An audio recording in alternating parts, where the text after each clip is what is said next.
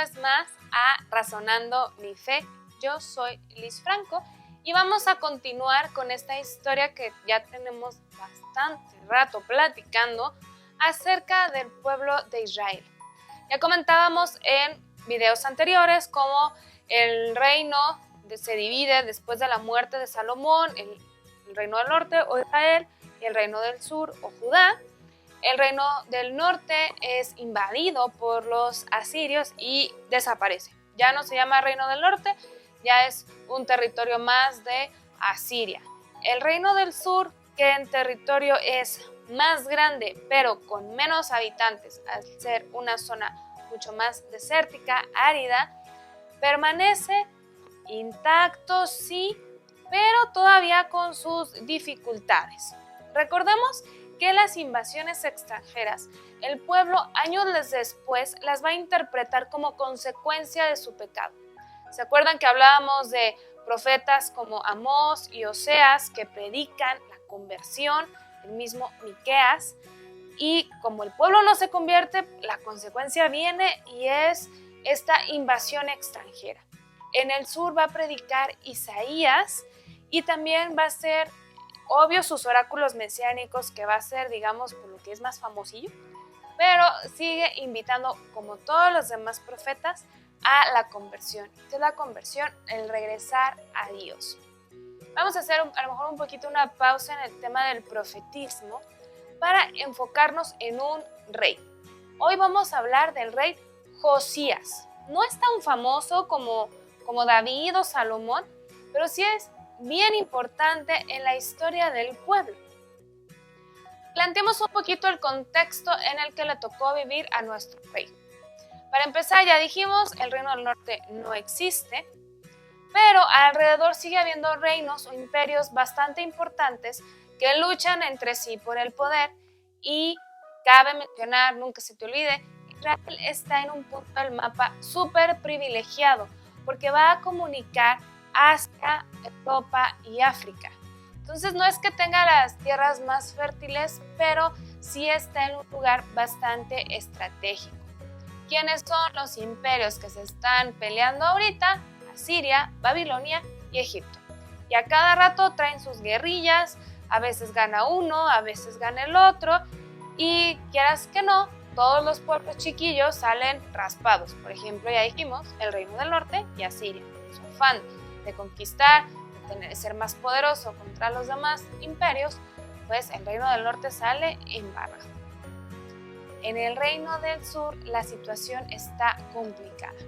Los reyes no hacen caso a los profetas y siguen en su vida de pecado, de prostitución en el sentido de idolatría. ¿Qué es la prostitución? Si tienes un matrimonio y vas y pones el cuerno, te estás prostituyendo, estás adulterando. Básicamente lo que hacía el pueblo. Tienen a Yahvé Dios, tienen el templo. Estamos en el reino del sur, donde está Jerusalén, el templo que construye Salomón. Y aún así van con los Baales. Y este pecado de idolatría y de nos vale reverendo cacahuate la ley va a seguir en el reino del sur. Así va a estar Manasés, que va a ser un rey fatal, muere y lo va a suceder al trono su hijo Amón. Amón dura 2 años en el trono, súper poquito, porque no solamente los reyes no seguían la ley de Dios, sino que vivían sumidos en el pecado. Entonces sus súbditos, pues digamos que no les eran tan leales. ¿Y qué le pasó a Amón? Sus mismos siervos lo mataron, con la esperanza de hacer un golpe de estado y quedarse ellos en el poder.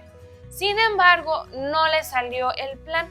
Todo el demás pueblo decide ir tras los siervos asesinos de Amón y proclamar como rey a Josías.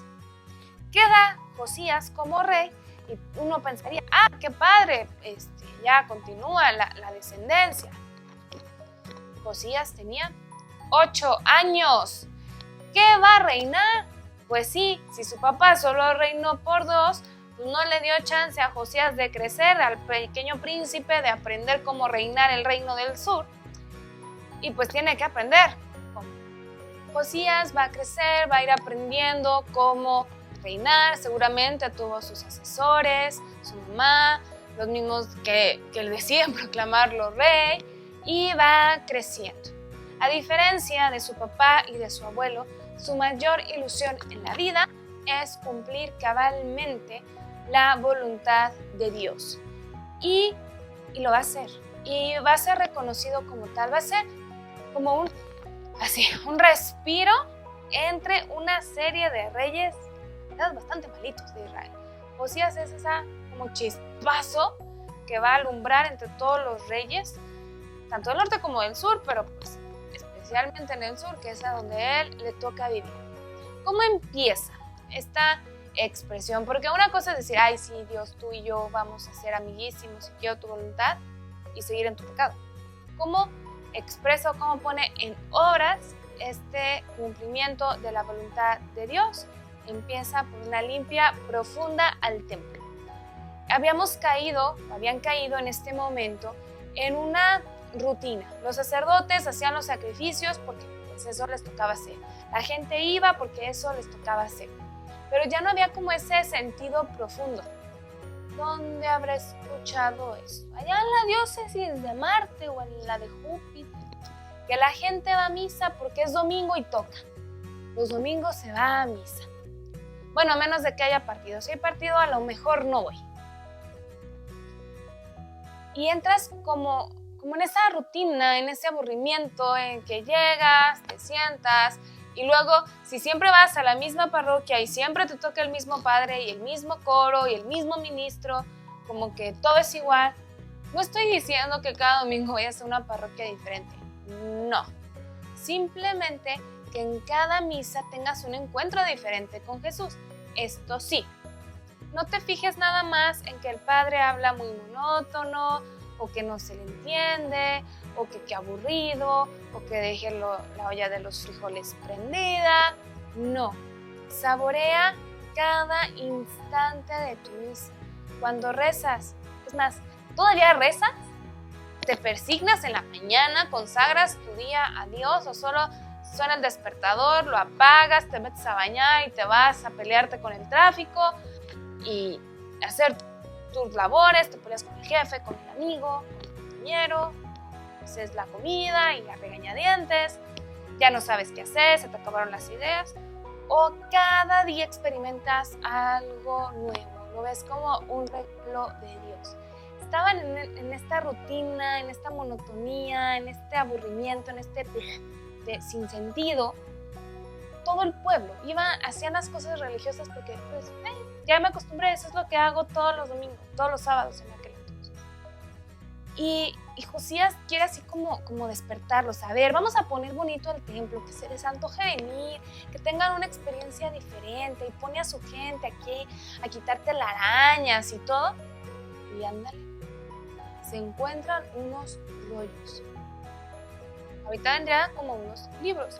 Recordemos que en ese entonces no era tan común tener libros, era muy difícil, muy caro y eran muy raros. Y se encuentran unos rollos así de, rey, nos encontramos estos rollos. Y otro, qué cool, ¿qué es? Los abren y era gran parte del libro del Deuteronomio. El Deuteronomio es uno de los 5 libros del Pentateuco. El primero es el Génesis, que nos va a platicar del origen del mundo y de los patriarcas, Abraham, Isaac, Jacob. Para más detalles, échese un clavado a los primeros videos de Razonando mi Fe. El Éxodo y los Números nos van a platicar las patuaventuras de Moisés y del pueblo hasta antes de llegar a la tierra prometida. El Levítico va a estar lleno de instrucciones para sacerdotes, como más rituales, más hacia la casta, digamos que es como el manual de liturgia de los judíos. Y por último, el Deuteronomio o segunda ley, significa eso, la palabra Deuteronomio. Es como si hiciéramos un zoom a los 10 mandamientos. Después de que Dios le da los 10 mandamientos a Moisés, si seguimos leyendo esos capítulos del Éxodo, vamos a encontrar un montón de leyes. Estas leyes van a estar como repetidas en el Deuteronomio, se escriben después, son las mismas, no se van a contradecir, simplemente se van a enriquecer. El hecho de que se hubieran encontrado la mitad del libro del Deuteronomio es, digamos así, como una señal del cielo de qué es lo que tenía que hacer Josías si quería cumplir la voluntad de Dios. Seguir la ley. Ahí está. Hazlo. Muchas veces seguramente te ha pasado que estás como en tu rutina, enfrascado en tu estrés, en tu acelere, que ya no oyes a Dios. Y cuando logras hacer una pausa, ponerte en oración, como si le hablaras a la pared, como que Dios no contesta. Pero poniendo atención, Dios nos da estas pistas, a veces muy sutiles, a veces muy grandotas, como a Josías le pasó, que le da los rollos. ¿Y qué hace Josías? ¿Los enmarca y los pone muy bonitos ahí en el altar del templo?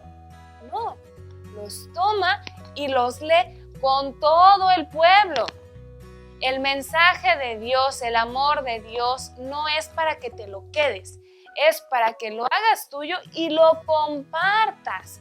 Por eso estoy haciendo yo aquí videos, porque diría el buen San Pablo, ay de mí si no predico el evangelio. Esta necesidad, no sé cómo explicarlo, esta urgencia de predicar, de llevar el amor a los demás. Entonces, si la mejor noticia que existe es que Dios nos ama y nos quiere junto a Él, hay que compartirla. Josías se encuentra estos rollos y lo que hace es compartirlos. Pero no nos podemos quedar ahí. O sea, sí, es hermoso, la predicación, la oración, perfecto, hazlo, síguelo haciendo y más bien. Pero también, como laicos, tenemos que ir a la acción. Después de que se encuentran los rollos y los lee, tiene que haber algo más. ¿Qué hace? Se pone a hacer limpia nacional. Haciendo memoria, años antes, muchos reyes antes, cuente con Salomón, que tenía un montón de esposas y la mayoría eran extranjeras y que un altarcito por aquí, un altarcito por allá. Y luego Jeroboam, con la división del reino, como ya no quiere que los israelitas vayan hacia Jerusalén y Jerusalén tenga riqueza, porque seamos honestos, las peregrinaciones dejan dinero, construye templos arriba, en el norte, en Samaria, en toda esa área, para que los israelitas recen a Yahvé en el norte y no tengan que viajar. El problema es que entre más contacto con los pueblos vecinos y menos contacto con los judíos, se empiezan a contaminar y empiezan, bueno, un inciencito a este Baal, un sacrificio al otro, y así se la llevan. ¿Qué hace Josías? Se pone a hacer limpia de altarcitos, de tributitos, de idolitos. Porque el problema fue que no se quedó en el reino del norte, o no se quedó ahí en los terrenos de las afueras de Judá. No, en el mismo templo había altarcitos a los Baales. Es como si nosotros en una parroquia tuviéramos un cuadro de Tlaloc. Pues no va, no es Dios Tlaloc. No tenemos por qué tenerlo. En la parroquia va Cristo, los santos, etc. Josías hace limpia general por toda Judá. Obvio el templo, y no se queda ahí, se sigue hasta Samaria y empieza a derribar, a tumbar, a limpiar cualquier conexión con los Baales y con todos los dioses extranjeros, porque en su mente y en su corazón está convencidísimo que la voluntad de Dios es cumplir la ley, y el primer mandamiento nos dice: amarás al Señor tu Dios con toda tu alma, con todas tus fuerzas y con todo tu ser. Y eso es lo que va a hacer Josías, esta reforma, que básicamente es como regresar al origen. Estamos hablando de las leyes que Dios le da a Moisés siglos antes.